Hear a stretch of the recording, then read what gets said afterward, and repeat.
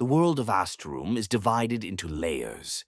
At its very center lies a vast chasm known as the Abyss, encircled by a ring of mountains. It was there that the mages of ancient ages carved navigational symbols, the meaning of which is now known to only a few. No one knows why the sun disappeared. Most inhabitants of Astrum are not even aware that it ever existed.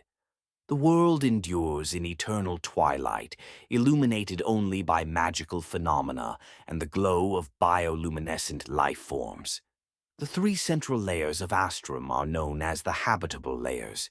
It is within them that most known life is concentrated, and through them that dragons travel. Very little is known about these colossal creatures. They traverse the three primary layers, sometimes falling into deep slumbers lasting many weeks. They move through tunnels, traveling between layers along the same routes, time and again. Humans build villages and cultivate the land, living alongside the dragons in a fragile yet symbiotic relationship. The middle of the habitable layers is primarily the domain of humankind. Rocky and desert terrains dominate here, harsh, yet suitable for settlement. On the upper habitable layer dwell the elves, a race that for centuries has worshipped the goddess of night. Adapting to the conditions of perpetual darkness, the elves have become the finest merchants in Astrum. Their lands abound in vegetation and water, making them a key hub of trade. The lowest of the habitable layers is a realm of volcanoes and salt deserts. It is rich in resources, yet rarely traveled due to the dangers it presents. Above and below the habitable layers, the biome changes drastically. The higher one ascends, the more lush and untamed the landscape becomes. The lower one descends, the more barren and hostile to life it grows. Between the layers of Astrum stretch vast networks of tunnels. To reach any layer other than those traversed by dragons, humans are forced to wander and climb through darkness for months. It is an extremely perilous process, often ending in death or disappearance. Above the habitable layers lie regions scarcely explored, if at all, by adventurers.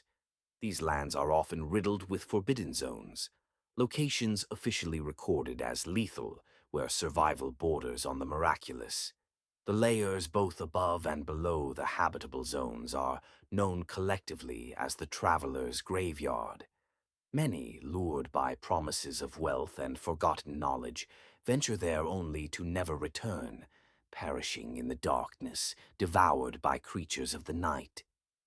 Most of what is known about these layers comes from the libraries of the dragons, wandering archives in which travelers store records and materials gathered during their expeditions before time or darkness forever robs them of their voices.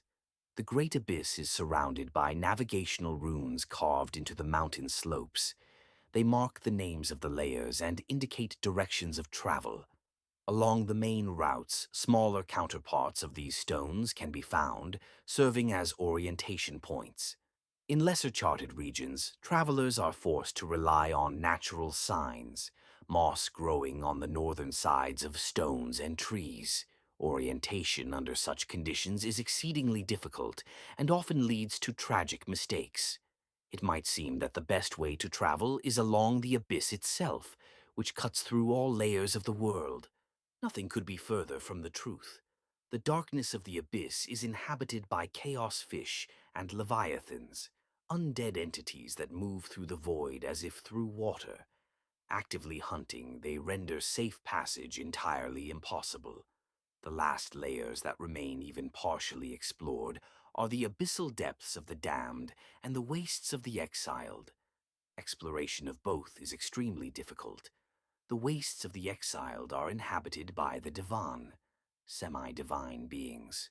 Although the layer is rich in vegetation, water, and breathtaking landscapes, the Divan decimate travelers, leaving behind very few reliable records of the region. The abyssal depths of the damned, by contrast, are home to the Animali, beings combining animalistic traits with human features. They hunt humans, breeding them for meat or forcing them into labor. Additionally, Salt deserts, tar bogs, and volcanic terrain effectively deter even the most desperate travelers.